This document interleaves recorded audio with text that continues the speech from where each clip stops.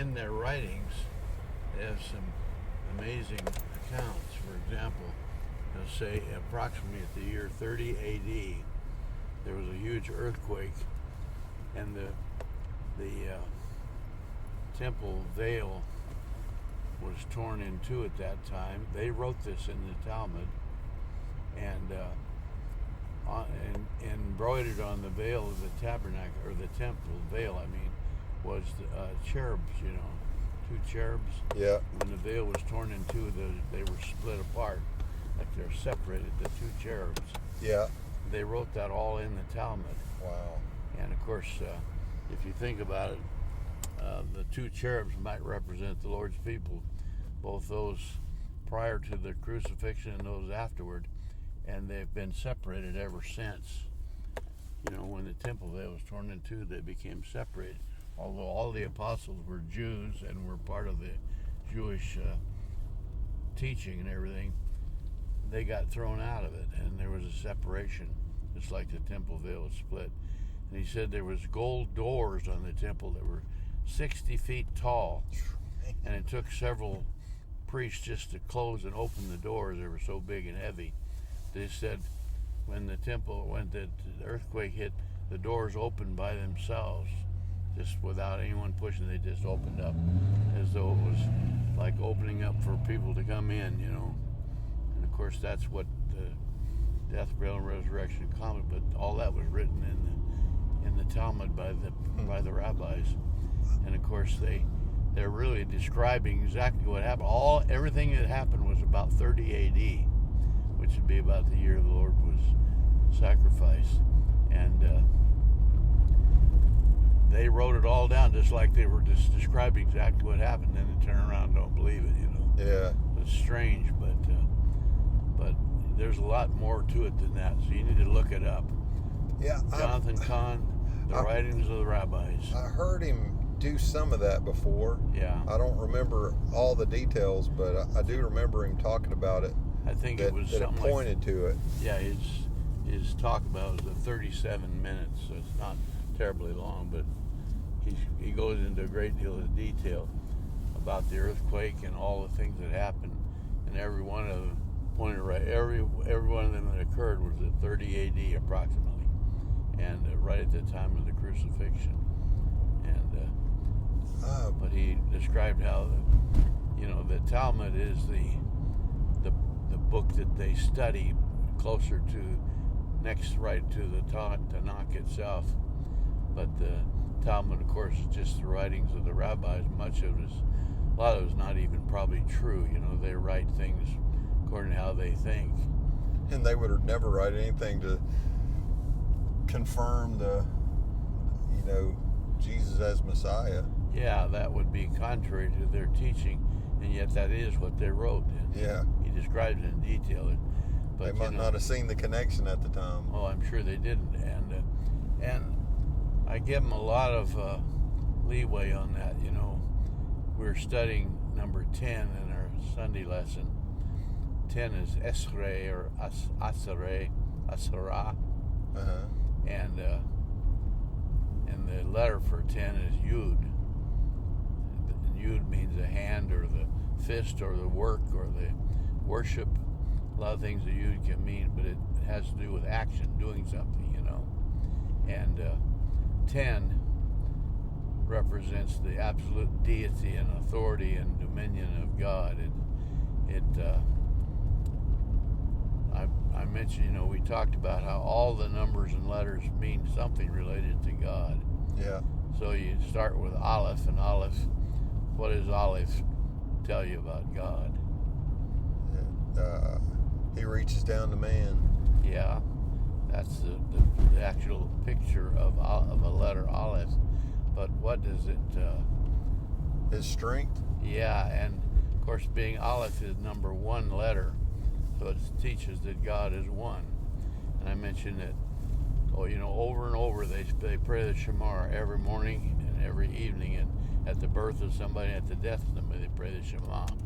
And what does the Shema say? The Lord is one. Yeah, why would they keep repeating over and over and over all their life? What happens if you forget that God is one? fall into idolatry. You'll automatically go into idolatry because that's what they all teach in idolatry, And there's thousands of gods in idolatry. And so it's necessary to keep repeating that in order to prevent that from happening. And they do. So Aleph is one. What is Beit? Second letter. Bait's the house. The house or the body. And so the Lord has a house and a body. He's building a house and he dwells in a house. And of course, what's the house? Himself. Yeah. Or his people. His people are his side. It says we are the dwelling place of the Spirit. And of course the Talmud would teach you that the house is the temple, the stone temple in Israel, in Jerusalem. But the real house is the Lord's people. And so then you have Gimel, the third letter. What's Gimel mean? Gimel. Is it a walking stick? Well, it not or really. Is that the Lamed? Yeah, no, yeah. The Gimel means a camel or a burden bearer. Okay. So of course, the Lord is the burden bearer. Isaiah 53. What does he say? He has borne our sorrows and carried our griefs, and so he's the burden bearer. Dalet is the fourth letter. What's Dalet mean? It's a door. The door. And of course, the Lord says, "I am the door," and He says, the one who's going to come to God must come in through the door, but the thief comes to try to get in some other way. We talked about the pool of Bethesda. Yeah. You know what that is? Yeah. And what the situation there was. They were luring the people to come there, and very close to the sheep gate. Yeah. Just probably not more than from here to that Fred Meyer sign, 50, 60, maybe 100 yards, just a few steps away. But the Lord said we must come through the sheep gate. And I said, how did people get the idea that they could be healed by coming to Bethesda? It's a counterfeit. Well, who told them they should come there? Those Pharisees. Yeah, they would be the spokesman, but who instigated their idea? The evil one. Yeah, Satan is called the father of lies. It says when he speaks his native tongue. Yeah. What's your native tongue? My native tongue's English, Southern English. Well, what does native tongue mean? It means the one you're born speaking. Yeah. So when Satan was created, he was not a good angel that went bad. He was a liar from the beginning. That's what John wrote. He actually was a murderer from the beginning. And we mentioned, he's the father of lies. What is the most dangerous lie there is? The most dangerous lie. Did God really say that?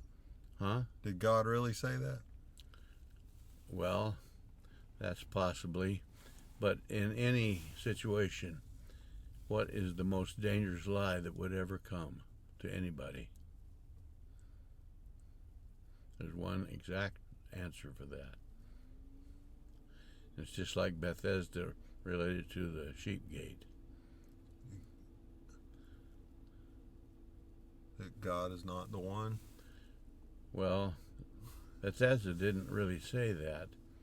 In fact, Bethesda, you know what Bethesda means by? It's a Hebrew word. It means the house of mercy or the house of kindness. Yeah. So, you know what happened at the pool of Bethesda? There were many, many people came there from all over the place, and what was their purpose for coming? To be healed. To be healed. But only one ever got healed, and that was on an unknown occasion whenever some angel would stir the water. Mm-hmm. The most agile one among the crowd would jump in first. The one that needed healing the least would be the only one to ever get hurt or healed, and the ones who needed it the most would never ever have a chance to be healed. Right. The man that was healed there said he'd been there for 38 years and always wanted to be healed, but by the way it was going, when would he ever get healed? Never. Not a chance, because he couldn't get into the pool. Somebody'd always beat him there. Does it seem like the Lord's way of healing is he only heals those who need it the least, and the ones who need it the most are going to always go away disappointed? No, that's not the Lord's way. In fact, this angel that some people think that was an angel of the Lord, it really was not. It was a demonic angel. The devils have angels, don't they? Yeah. And in fact, the devil himself says he can appear as an angel of light. If he appears as an angel of light and you were able to see him, what would you think you're seeing? An angel of light. Yeah, you think you're seeing something wonderful and beautiful. Light represents truth and understanding and wisdom, doesn't it? Yeah. Light is a principle that pictures who God is, God's thoughts and his ideas. But if he only appears that way, what are you really seeing? A false vision. Yeah, you think you're seeing an angel of light, but he's a liar. Mirage. So what you're really seeing is an angel of darkness, isn't he? Yeah. So he's an evil creature. He's not a true one. And of course, he inspires people to tell lies. So the Pharisees that told the people, you come over to the pool of Bethesda and you'll be healed because this is the place of mercy, a house of kindness. But to the people who went away disappointed every day, what did they think about mercy and kindness? Wasn't for them. Not worth much there, is it? Yeah. And so the most dangerous lie there is the one that's the closest to the truth. Oh, yeah, okay. The closer it is to the truth, the more dangerous it is. Why? Because it seems plausible. Yeah, because he appears as an angel of light. In other words, he's so close to truth that he looks like truth. But if he's only close to truth, even though he's not truth, then what? Yeah, it's great deception. Yeah. So here the pool of Bethesda is very close to the sheep gate. When you come to the sheep gate, what happens at the sheep gate? That's where the sheep go in. So if you come to the sheep gate, what will happen to you? You'll be one of the Lord's sheep. You'll be taken in, won't you? Because Yeah. the Lord says, Yeah. I'm the Lord. Says, all that come to me, I will in no wise throw them out. So you Right. come to the sheep gate where the door is. Who's the door? Yeshua is the door. Okay, so you come there because you want to be healed. You come to the one who is the healer. What's going to happen? Gonna be healed. Yeah, you're going to be let in and taken care of, and you'll be one of his sheep.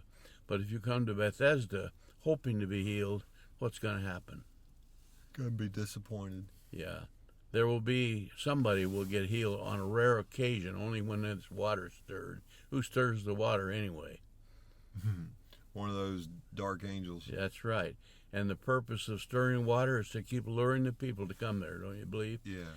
And remember another thing about the Pharisees, they were not paid a salary. They weren't hired. Nobody paid them anything.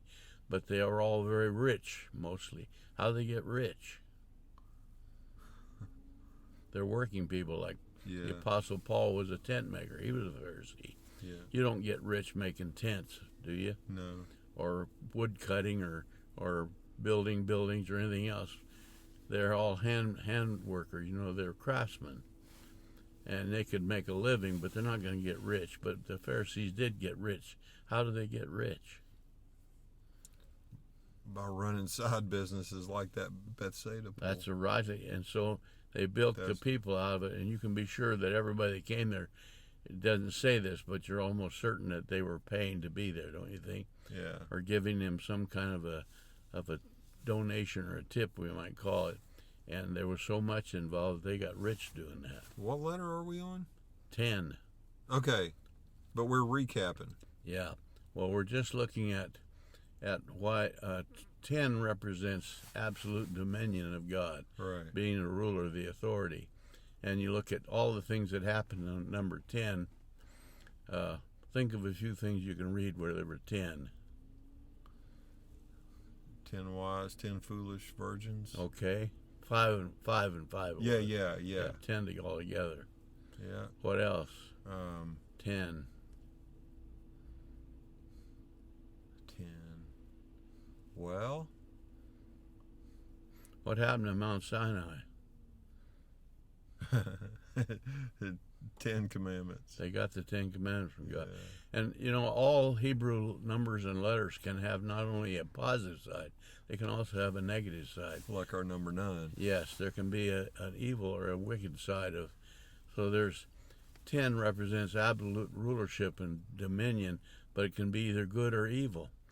So The Lord said there was 10 lepers that were healed of the disease, but only one of them came back to say thank you, and he was a Samaritan. The Lord said only this foreigner came back to give thanks. So can 10 even represent ingratitude or thanklessness? So these 10, only one of them showed up to say thanks. What about the other 9? They went away somewhere else, And many, many things happened. Abraham was subjected to 10 trials. 10 trials. Yeah. Can you think of any of them? Something that Abraham had to endure. Well, the first thing was sacrifice of Isaac. Okay, that he certainly did. That must have been a terrible time for him when he first began to do it. Yeah. Not that he was unwilling to do it, but he realized what an awful cost it was. He was really presenting himself to God and saying, my salvation is in your hands, That was one thing. What other 10 of the 10 trials you can think of? Man, I can barely think of 10 things that I know about Abraham. Well, but when he left Ur, he was told to leave everything he owned behind. His family, everything he'd ever accomplished, his whole life was left behind him to go to Canaan. That must have been a bit of a trial, wouldn't you think? Yeah. And when he did go, he took his father along, and his father and all his idols and everything, and the whole trip was under the dominion of his father. His father made all the rules. And when they got up to what's the name of that place? I can't think of it. The place of delay up north. Why can't I think of it? I've said it a million times. Midian? Huh? It's not Midian, is it? No, not Midian, no. That's Moses, right? Yeah. Anyway, this place they came to, the town name or the area means a place of delay. They were there for 15 years until his father died. He couldn't leave there until his father died. So what does that tell you about his father? He never made that decision. Well, he stayed in delay. Who's running the show? Well, he was. Terah. Yeah, the father, because Abraham couldn't leave until he died. He had to let go of him to die. So that was a trial to him. Another one, what happened when he got to Bethel finally? He came to a place called Bethel, the house of God. Yeah. What happened there?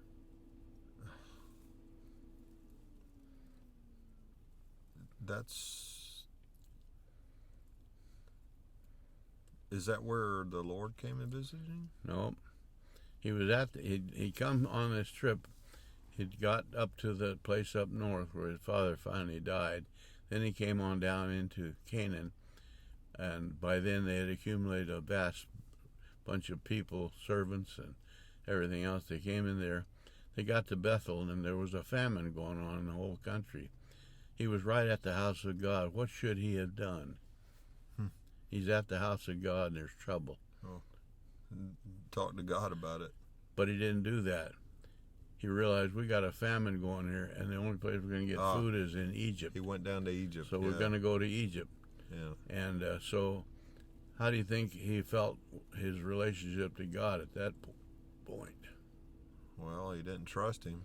So if he's not going to depend on God for his salvation, his hope, and his survival, what's going to happen to his thought process all the way through? Going to be somewhere else, that's for sure. And so immediately he comes up with a great idea.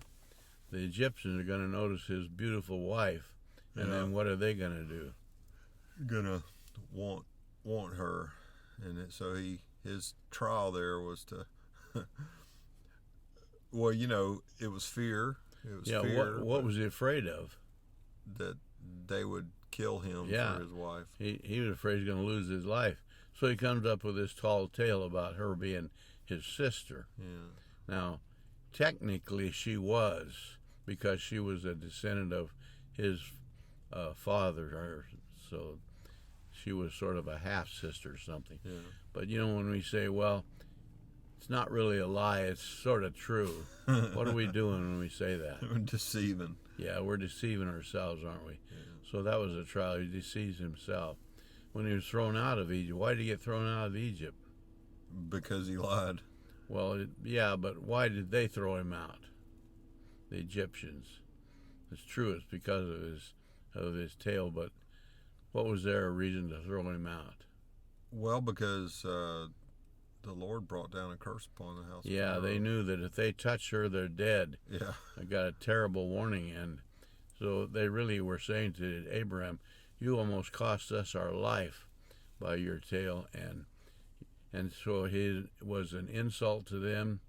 He not only insulted them, but he insulted God by showing them that he really wasn't depending on God. He depended on his own ingenuity, and certainly that was a trial for him. And it went on and on.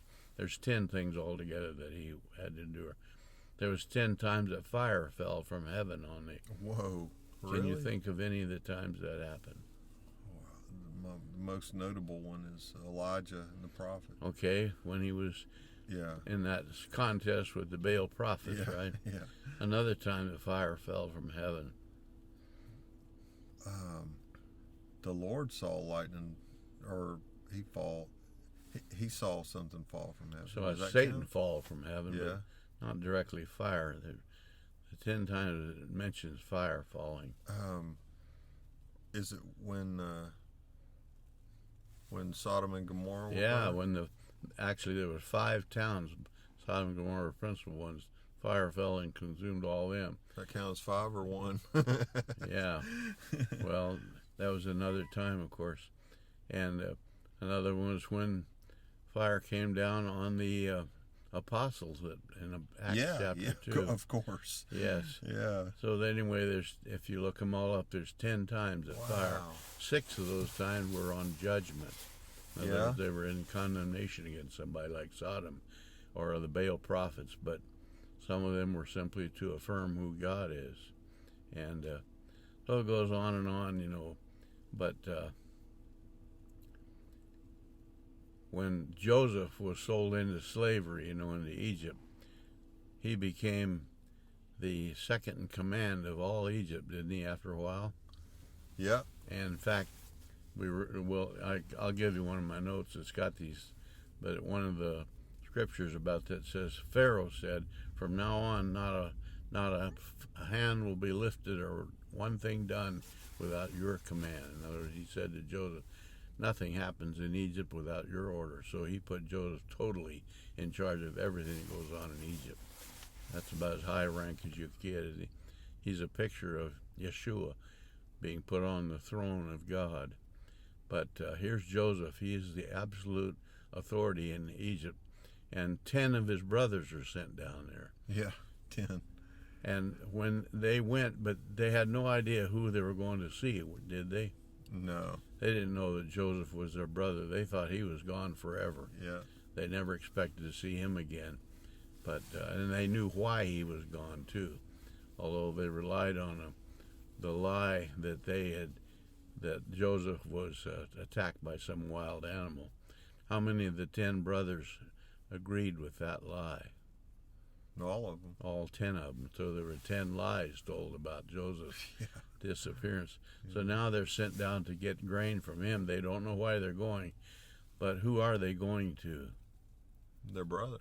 Yeah, and it's just like when people come to the Lord for hope, they may not know who they're coming to, and probably most of them don't know, but still they come to the right one, didn't they? Yeah. And what did they get for coming to him? What they were looking for. He sent them back with 10 donkeys loaded with goods. Oh, yeah. And 10 female donkeys loaded with grain. And so there's some more 10s there. So over and over we see 10.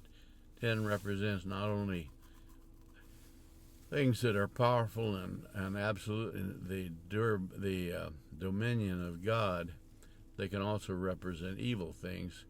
But whenever somebody is dominated totally by something evil, number 10 will be the number for that one too, because that represents total dominion.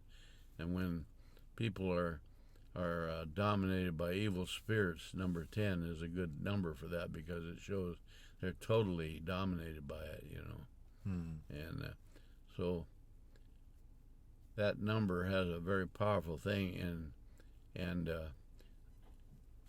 10 fingers too. yeah, and On the hands. and the yud is the hand, and that's good.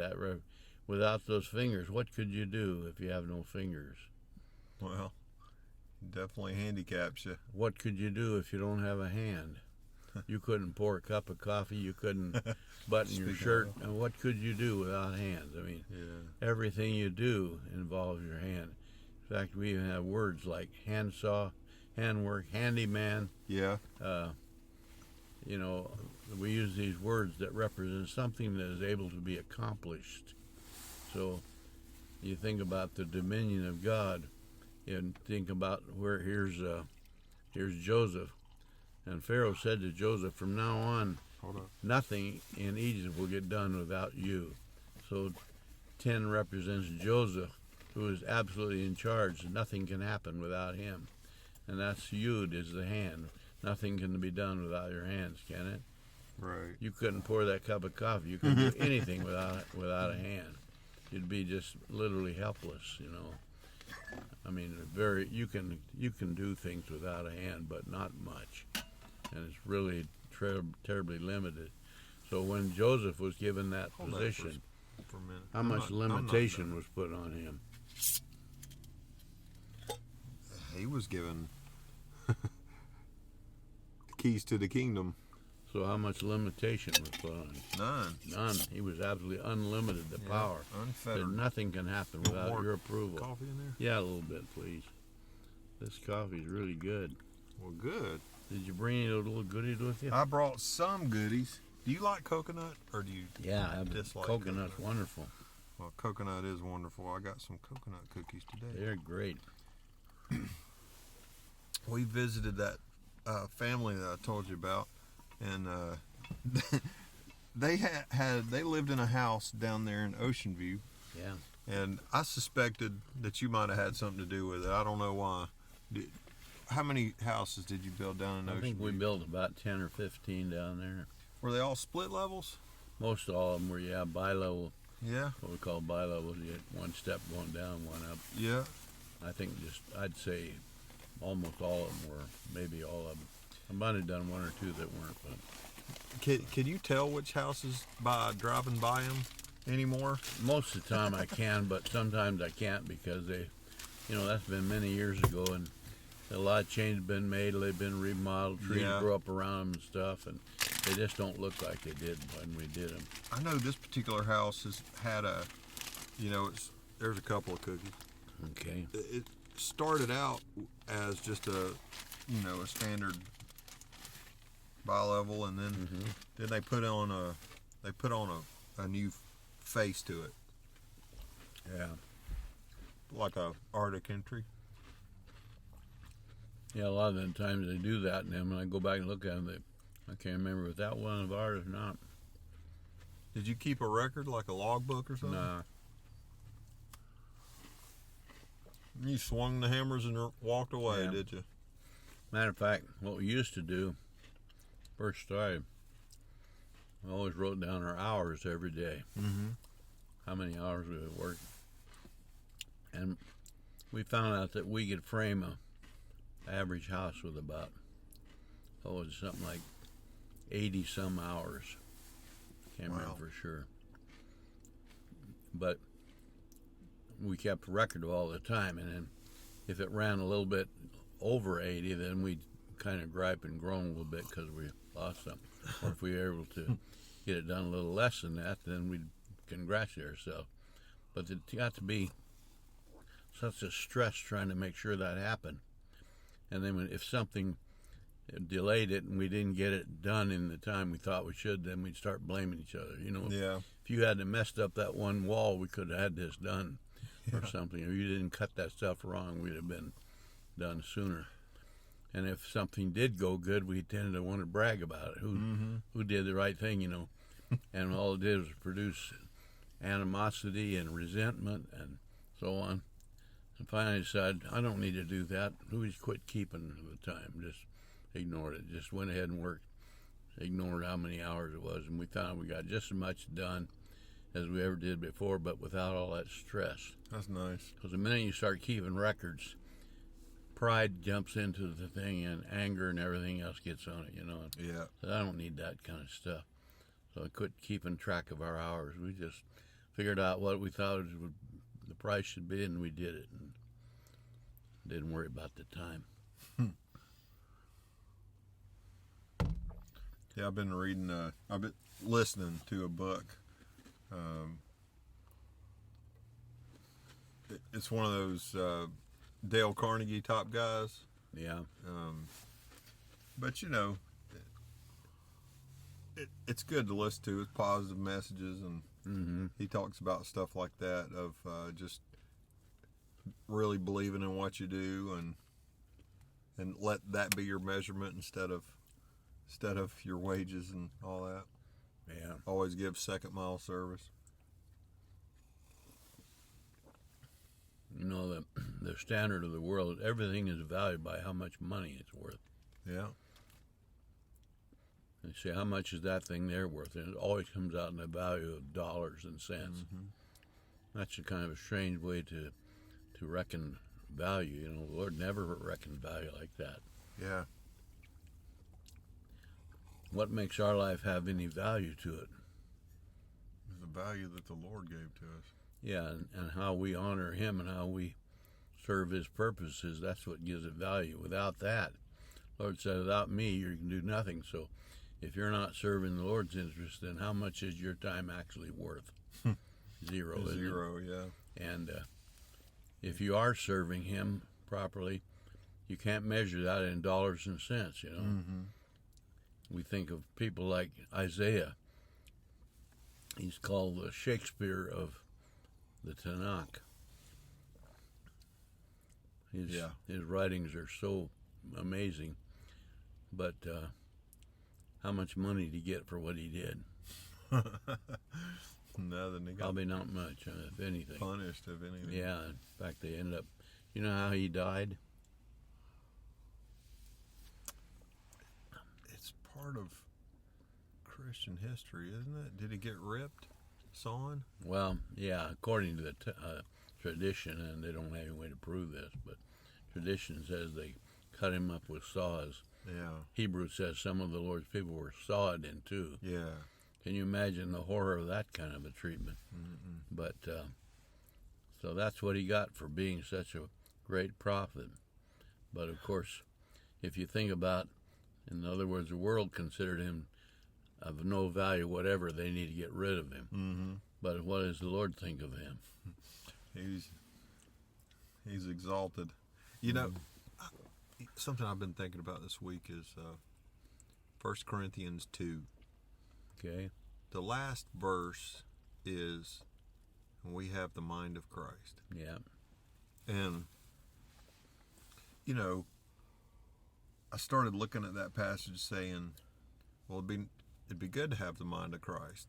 But you can't have the mind of Christ without considering the rest of the chapter, and it's 16 verses long.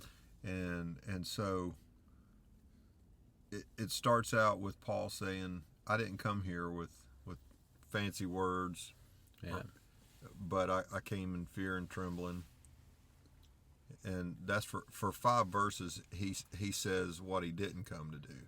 Yeah. And how it wasn't about him, so that that it was based upon the Spirit's power and God's power, so that your faith wouldn't be based on anything but the power of God. Yeah.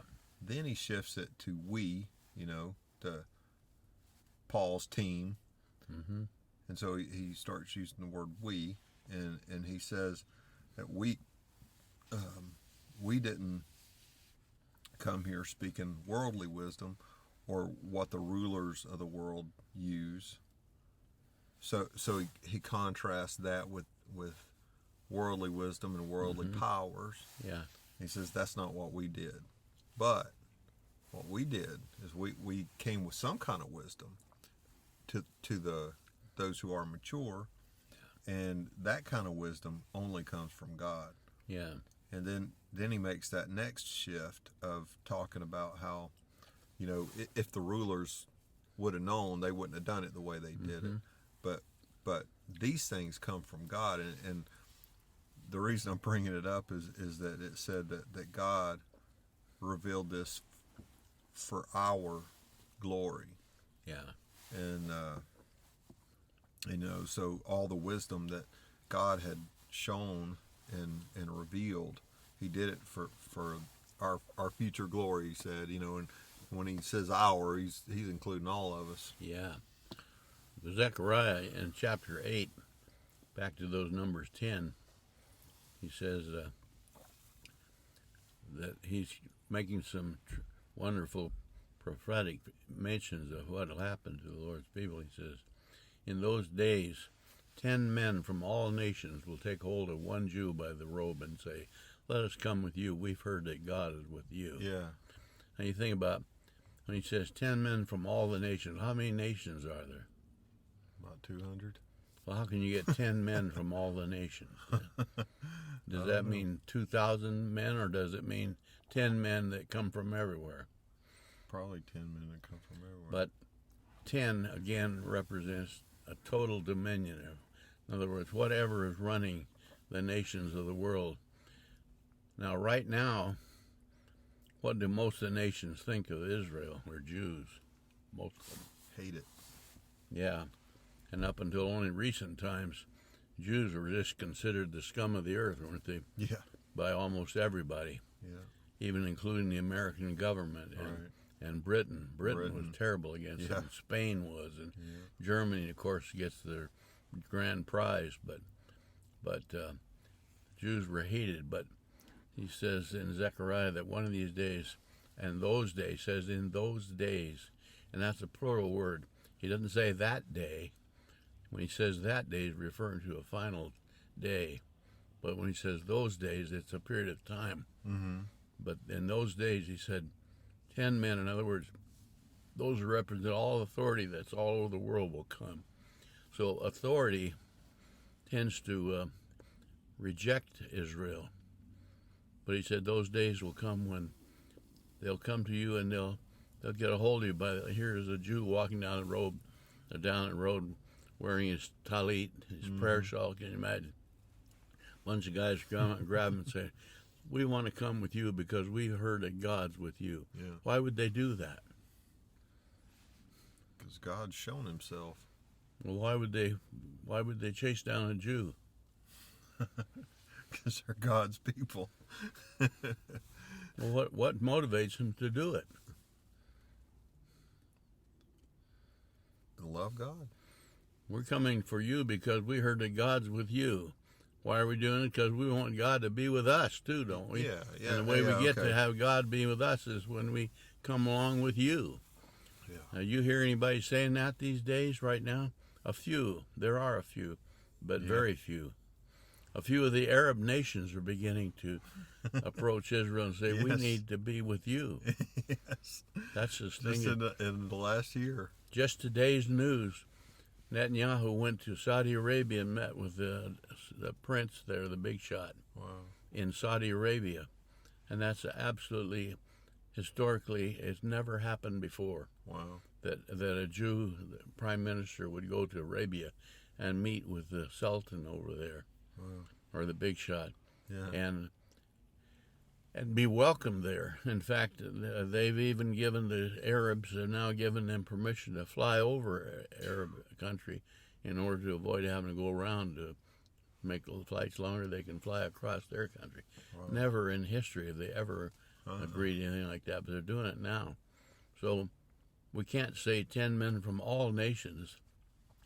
They're not all there yet, but they're beginning to come. And the word is in those days would give it a plurality, in other words, a period of time.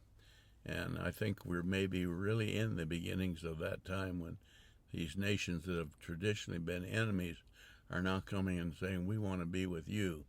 Because why? We've heard that God's with you. So that tells us, why would they come to him? Because if God's with you and we want to come with you, then they're saying we want God to be with us too, wouldn't you think? Mm-hmm.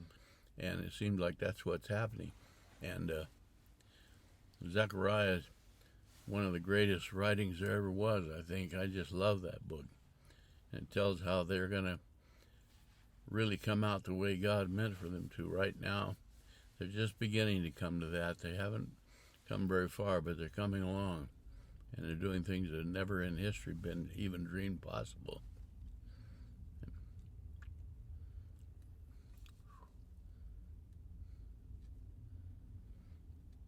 Their national anthem, Hatikva, you know what that means? No. Hatikva means the hope. Oh. What's the hope? Yeshua, right? Mm-hmm. He is the hope, and their national anthem is named that. How about that? That doesn't mean they understand it or believe it, but they still, for some reason, they've chosen that to be their national anthem. And it's a good name. The book says quite a bit about hope, that.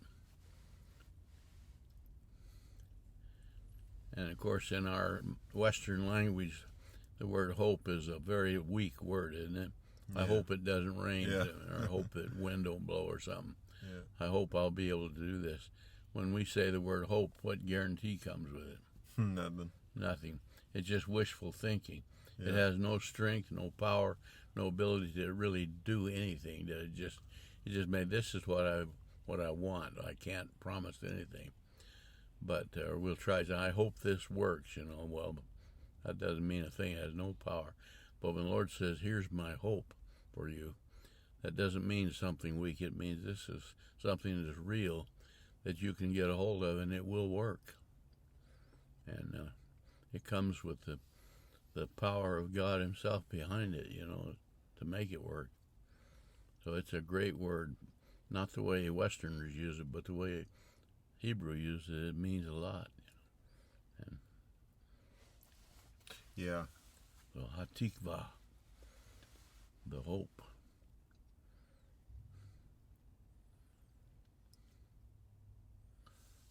I wrote down a bunch of questions tonight. See if I got to name some of them. Yeah, well, the first one is kind of connected to. Any more of that coffee? Yeah. The first one's connected to the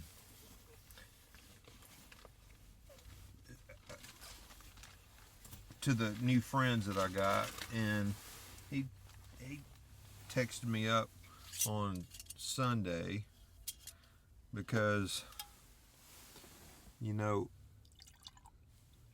a lot of us are programmed from early age to call Sunday the Lord's Day. Yeah. And so, he directed my mind to the book of Revelation, how there I was on the day of the Lord. Yeah. And, the only response that I had, and I think it, sometimes the best you can get is spinning somebody out of the cycle of thinking that got them to thinking, oh, that just must be sacred day of Sunday, right? There you go. According to the Western world, it would be. Yeah. Oops. But they're in there. Okay. So I said, why don't you think about it this way? Instead of calling it the Lord's Day, which everybody knows is Sunday. They do. Why don't you switch it around and say the day of the Lord? Mm-hmm. And because that makes you think something different. If you're well versed in the scripture, that means that's not always good news. Because the day of the Lord is, tied to wrath. Yep, and Prophet Joel said that. Yeah. And so, it doesn't always make you think, oh, this is our sacred little day. Yeah.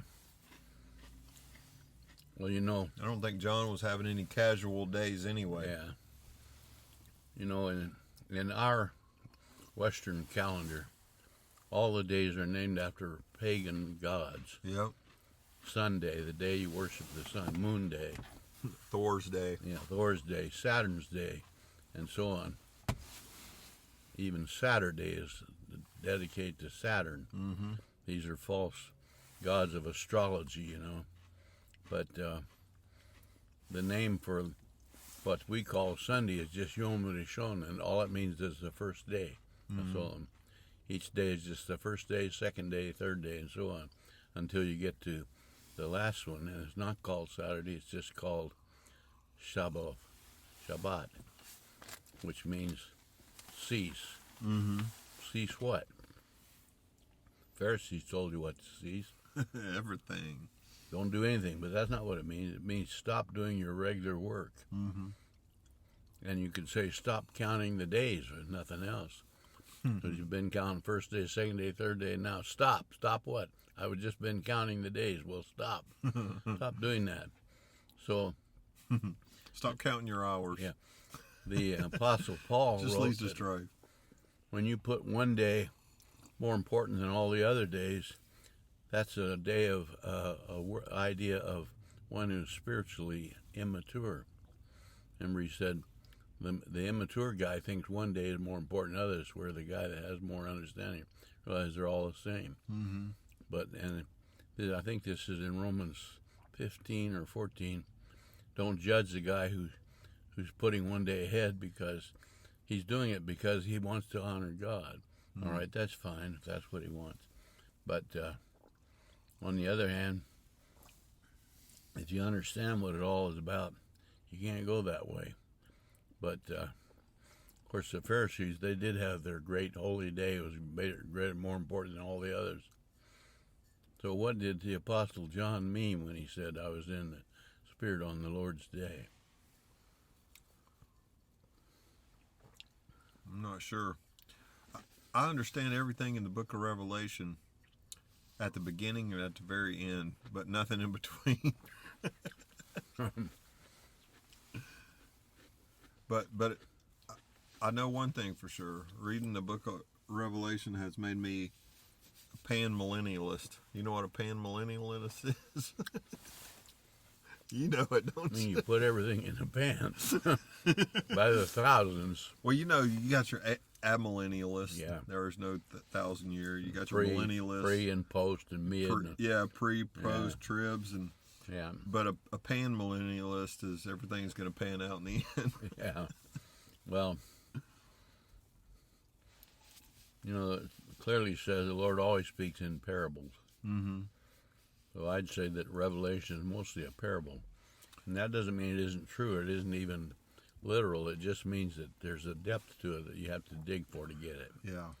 And so everything has a sort of a hidden meaning in it, more than just what you can gather on the surface. So if John was in the Spirit on the Lord's day, then what day was it to John?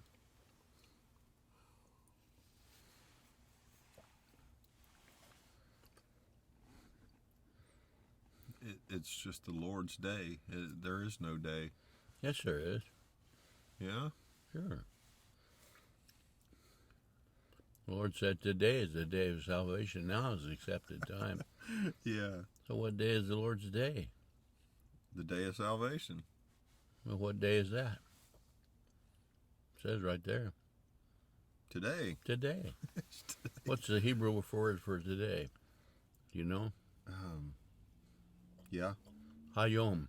Hayom. The day. The day. So today is the day. Well, if today is the day, then what is every other day? It's not today. When you have the of anything, how many of them are there? There's only one. So how many days of the Lord are there?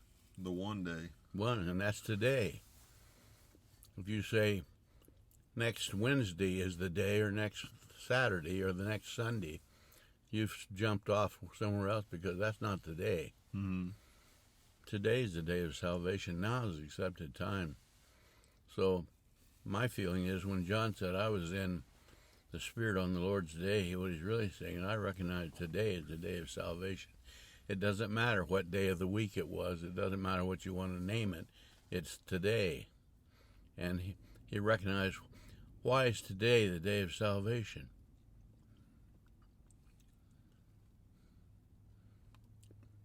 Because There's a that's reason. the day that the Lord gave it to us. Yeah, well, he says, call on the Lord while he's near. Call on him while he may be found. Yeah. So what day can he be found? What day Today. is he near? Today. Today. So when's the Lord's day? Today.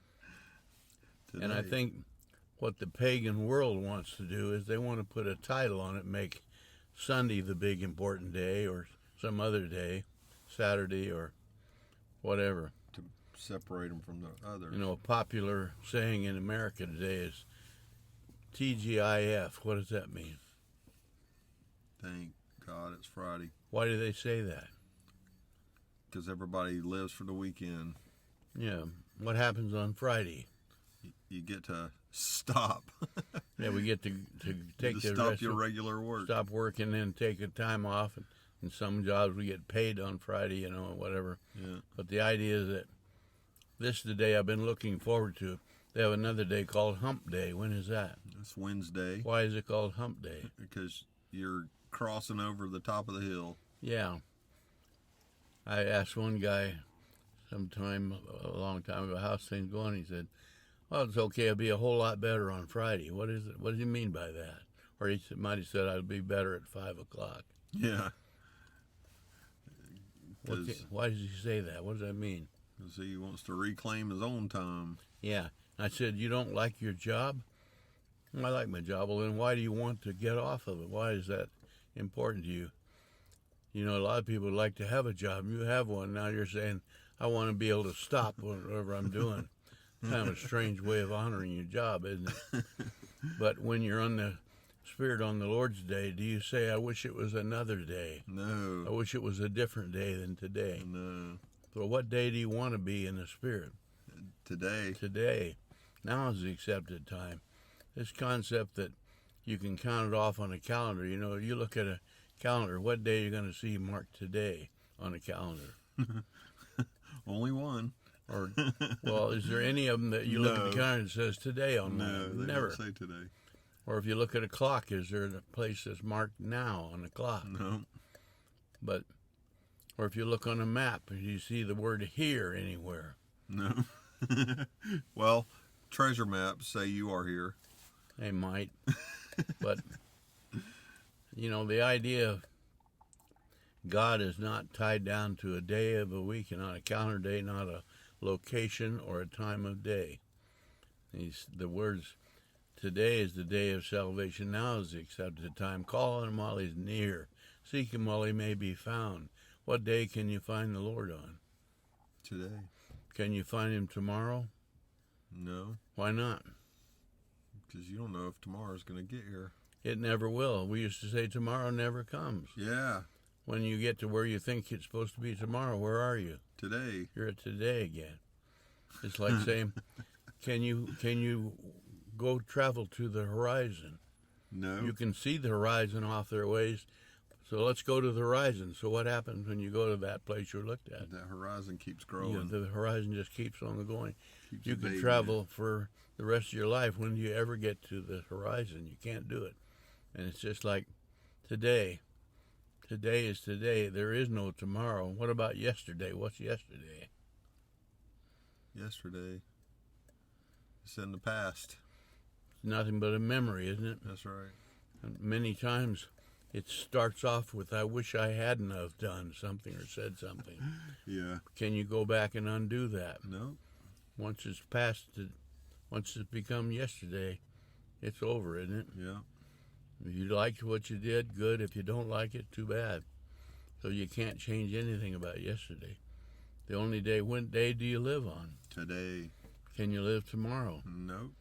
Or you can't live yesterday or tomorrow. You can only live today. So I think when John said, I was in the Spirit on the Lord's day, he recognized today is the day of the Lord.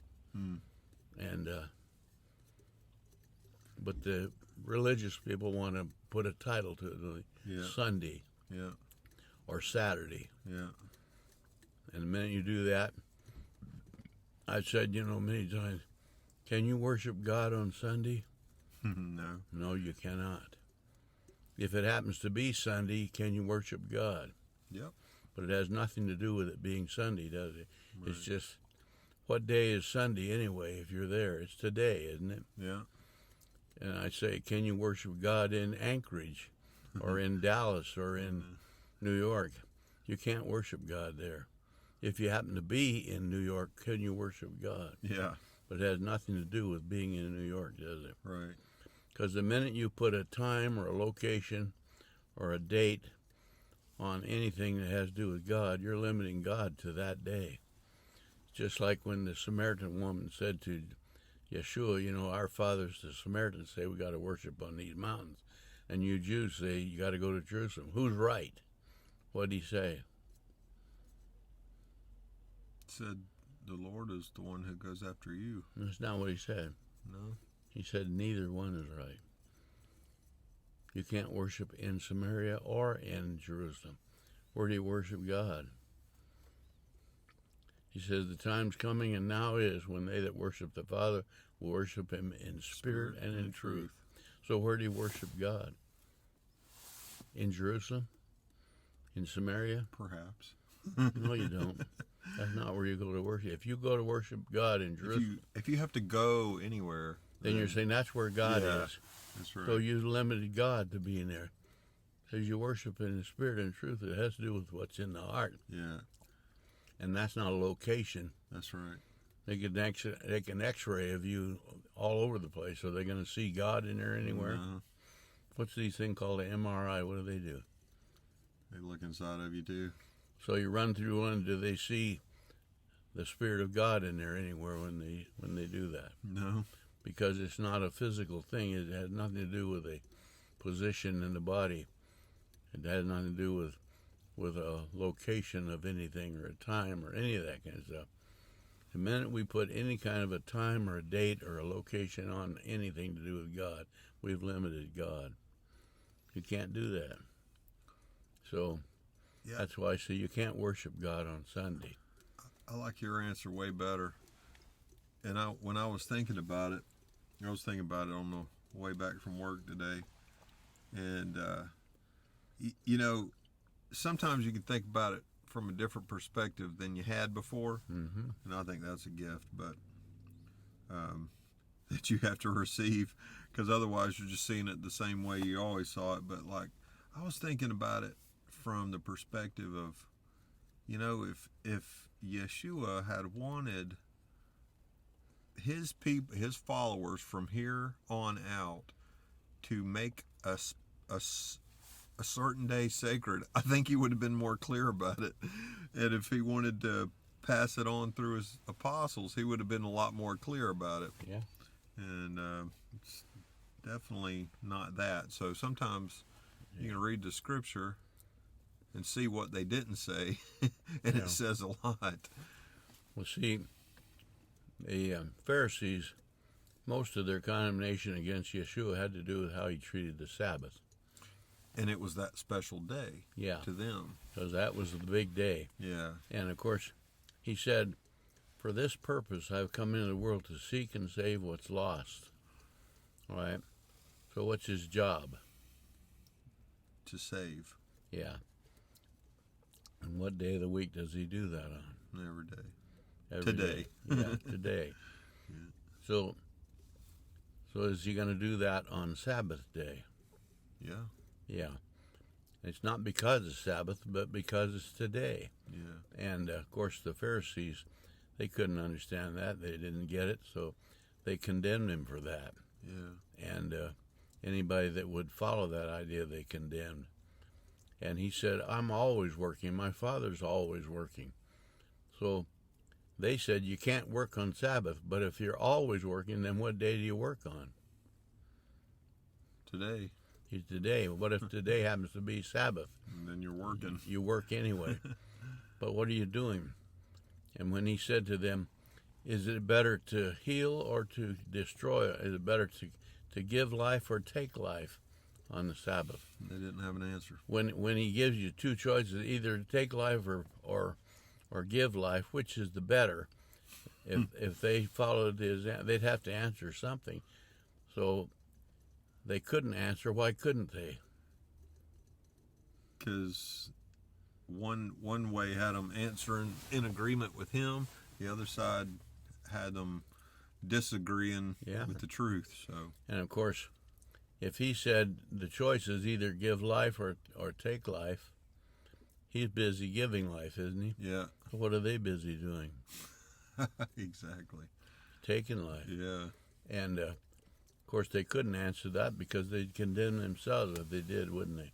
yeah, But so the concept of Sabbath does not mean don't do any work. It means you don't kill. You don't take life away. You give life. You heal. You bring hope and resurrection and so on. That's Sabbath. But of course, they couldn't see it that way, and so anything that some guy picking up a little rug they'd been laying on and carrying it out of the pool of Bethesda would have brought death, according to their idea looking at it. But why did they think that way?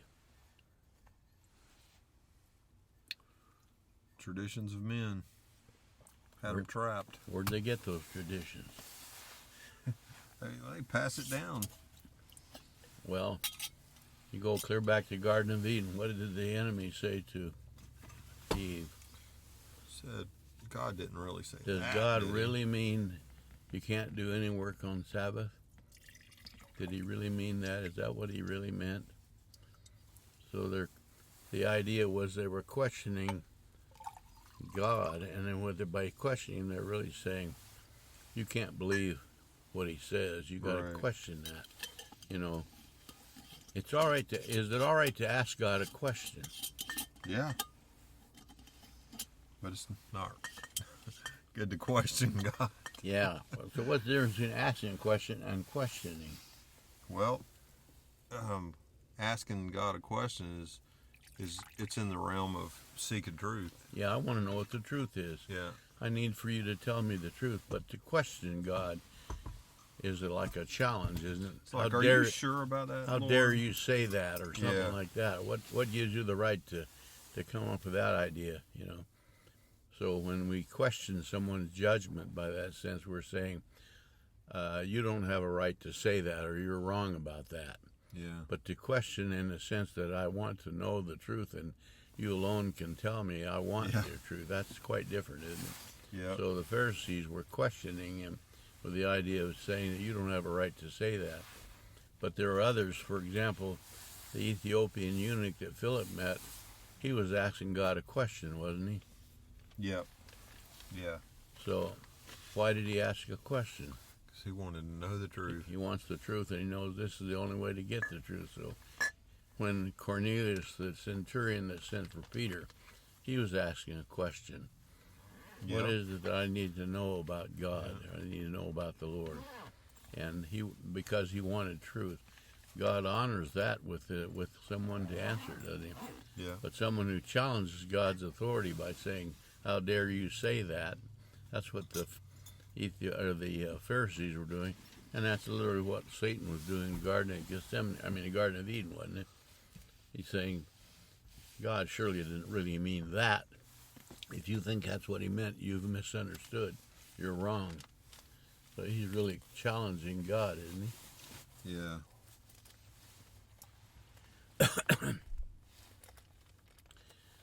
So when you ask God a question, you're really seeking truth. And the Lord said, if you seek the truth, you'll find it. So he honors your questions, does he not? Yeah. As long as your question is based on the idea, I want the truth. Yeah.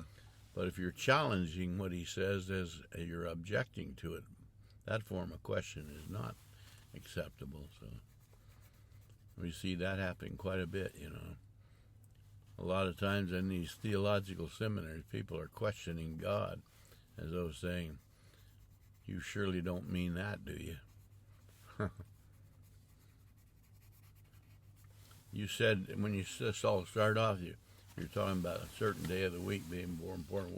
Where are you going with that?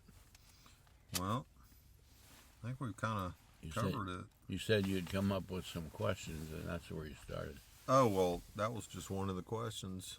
Mm-hmm. Those that day of the week thing. And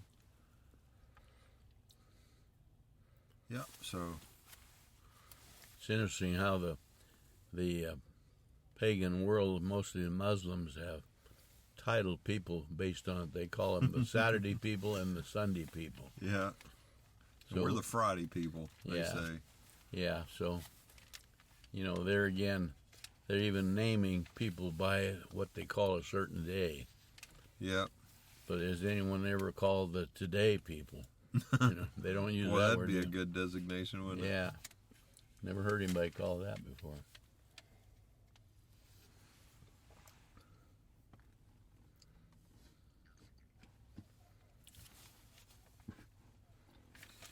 Well, I'm going to run the heater a little bit. It's okay. getting cold. Good. How's your putt-putt getting along? It treats me very well. I appreciate it. It's been a blessing.